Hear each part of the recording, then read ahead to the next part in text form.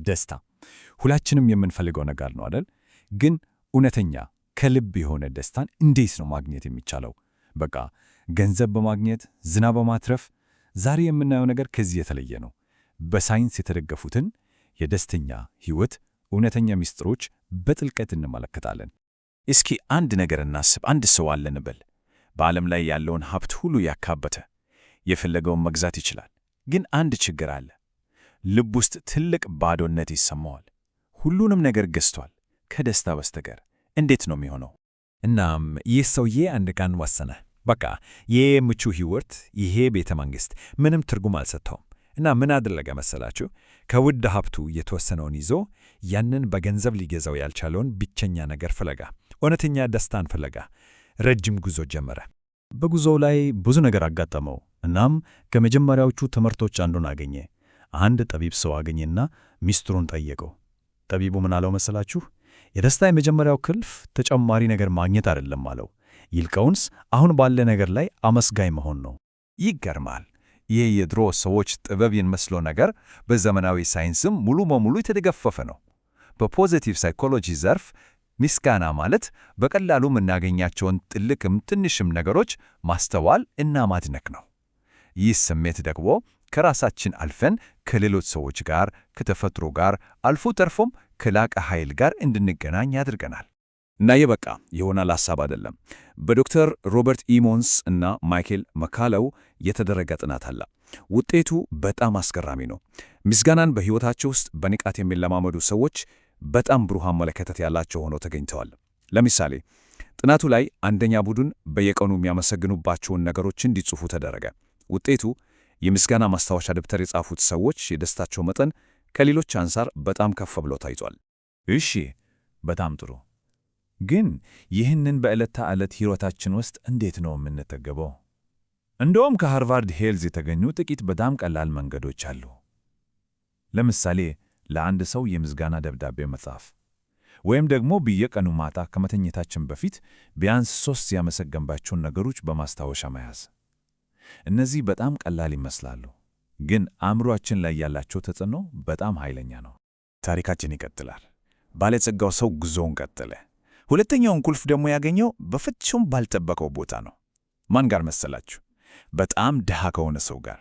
ይሄ ድሃ ሰው ግን ካለው ጥቂት ነገር ላይ ለሌሎቹ ሲያካፍል የሚሰማው ደስታ ከባለጸጋው ሰውዬ ሀብት ሁሉ በላይ ነበር።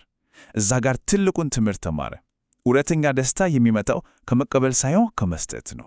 ይህ ነገር ሳይንሳዊ ስምም አለው። አልትሩይዝም ይሉታል፣ ወይም በሌላ አጠራር የረዳት ከፍታ የሚባል ነገር አለ። ይሄ ማለት ምን መሰላችሁ? ሌሎቹን ስንረዳ ውስጣችን ላይ የሚፈጠር በጣም ኃይለኛ እና አዎንታዊ ስሜት ነው። በቃ ራስን በመስጠት ሂደት ውስጥ ራሳችንን እናገኛለን የሚባለው አይነት ነገር ነው። እንግዲህ ዋናው ነጥብ ይሄ ነው፣ በጣም ወሳኙ። ብዙ ጥናቶች የሚያሳዩት አንድ አስገራሚ እውነት አለ። የመስጠት ተግባር እኛ ላይ ያለው በጎ ተጽዕኖ እርዳታ ከመቀበል ይበልጥ ነው። አስቡት እስኪ። ይህ ማለት ሌሎችን ስንረዳ ከነሱ በላይ ራሳችንን እየረዳን ነው ማለት ነው። እስኪ አንድ ቁጥር ልንገራችሁ።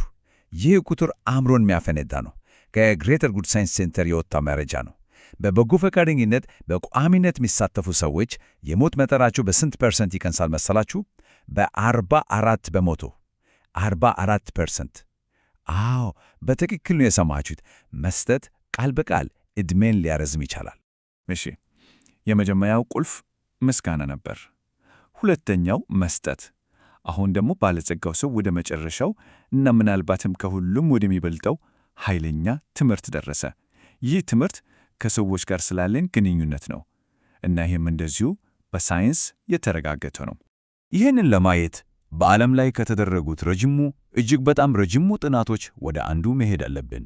የሃርቫርድ የጎልማሶች እድገት ጥናት ይባላል። አስቡት፣ ለ80 ዓመታት በመቶዎች የሚቆጠሩ ሰዎች ሕይወት ከጉርምስና ጀምሮ እስከ እርጅና ድረስ ተከታትለዋል። ይሄ ማለት ከዚህ ጥናት የሚገኘው መረጃ በጣም አስተማማኝ ነው ማለት ነው። የዚህ ግዙፍ ጥናት ዳይሬክተር የሆኑት ሮበርት ዋልዲንገር የተናገሩት አንድ አባባል አለ። በጣም ኃይለኛ ነው። ብቸኝነት ይገድላል አሉ። ልክ እንደ ሲጋራ ማጨስ ወይም እንደ አልኮል ሱስ ያህል ኃይለኛ ነው። ይሄ የሚያሳየን ማኅበራዊ መገለል በጤናችን ላይ ምን ያህል ከባድ ጉዳት እንደሚያደርስ ነው። እናም ከ80 ዓመታት መረጃ በኋላ ዋናው ግኝት ምን ነበር? ለረጅም ለጤናማ እና ለደስተኛ ሕይወት በጣም ወሳኙ ነገር ምንድን ነው? ሀብት፣ ዝና፣ ጥሩ ዘረመል አይደለም። መልሱ ከነዚህ ሁሉ በላይ የግንኙነቶቻችን ጥራት ነው። ያውም በ50 ዓመታቸው ጥሩ ግንኙነት የነበራቸው ሰዎች በ80 ዓመታቸው በጣም ጤነኛ ሆነው ተገኝተዋል። እሺ፣ እስካሁን 3 ቁልፎችን አየን፤ ምስጋና፣ መስጠት እና ግንኙነት።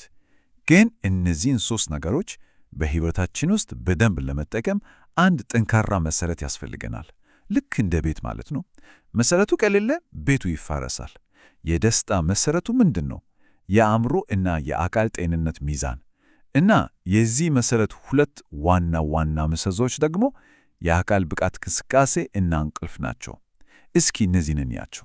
ስለ እንቅስቃሴ እናውራ። ብዙ ሰው የሚያስበው ለሰውነት ብቻ ነው፣ ግን ለአእምሮአችን ያለው ጥቅም በጣም አስገራሚ ነው። እንቅስቃሴ ለአእምሮ ልክ እንደ ማዳመሪያ ነው።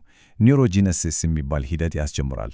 ይህ ማለት በቀላል አማርኛ አእምሮአችን አዳዲስ ሕዋሳትን እንዲፈጥር ይረዳዋል ማለት ነው። ከዛ በተጨማሪ እንቅስቃሴ ስናደርግ ሰውነታችን የራሱን የደስታ ኬሚካል ያመርታል። ኤንዶርፊን ይባላል። ይሄ ኬሚካል ሲለቅ ስሜታችን ወዲያውኑ ይሻሻላል። ለዛ ነው ከስፖርት በኋላ ጥሩ ስሜት የሚሰማን። በቃ በሳይንስ የተረጋገጠ ፍጥሯዊ የስሜት አሻሻይ ነው። በዚህ ዘመን ውጥረት የሌለበት ሰው የለም።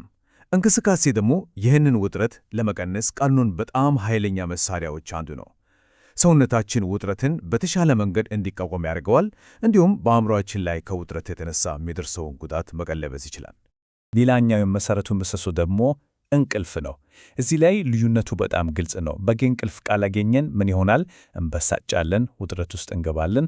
በሌላ በኩል ደግሞ ጥራት ያለው እንቅልፍ የተሻለ ስሜት፣ ስሜታዊ መረጋጋትና አጠቃላይ ደህንነትን ያመጣል። ስለዚህ እንቅልፍ ለደስተኛ ሕይወት ቅንጦት ሳይሆን መሠረት ነው። እናም ወደ ታሪካችን ፍጻሜ ስንመጣ ባለጸጋው ሰው ወደ ቤቱ ተመለሰ። ሀብቱ እዛው ነው፣ ቤተሰቡም እዛው ነው። ከውጭ ሲታይ ምንም ነገር አልተለወጠም፣ ግን በውስጡ ሁሉም ነገር ተለውጧል። ያንኑ ዓለም በአዲስ ዓይን ማየት ጀምሯል። አዲስ ልብ ይዞ ነው የተመለሰው። እንግዲህ ከዚህ ሁሉ ጉዞና ሳይንሳዊ ማብራሪያ በኋላ ምንይዛቸው 5 ቁልፍ ነጥቦች አሉ። በሳይንስ የተደገፉ የደስታ ቁልፎች። አንደኛ፣ ምስጋናን መለማመድ። ሁለተኛ፣ ለሌሎች መስጠት። ሶስተኛ፣ ጠንካራ ማኅበራዊ ግንኙነቶችን መገንባት እና የመሠረቱ 2 መሰሰዶች። አራተኛ፣ ንቁ መሆን ወይም የአካል ብቃት እንቅስቃሴ ማድረግ እና 5ኛ፣ ጥራት ያለው እንቅልፍ ማግኘት። ያ ባለጸጋ ሰው በመጨረሻ የደስታውን ቁልፎች አግኝተዋል። አሁን ጥያቄው ወደኛ ይመለሳል። እሱ የራሱን ቁልፎች አግኝተዋል። እኛስ የራሳችንን የደስታ ቁልፎች የት ነው የምናገኛቸው?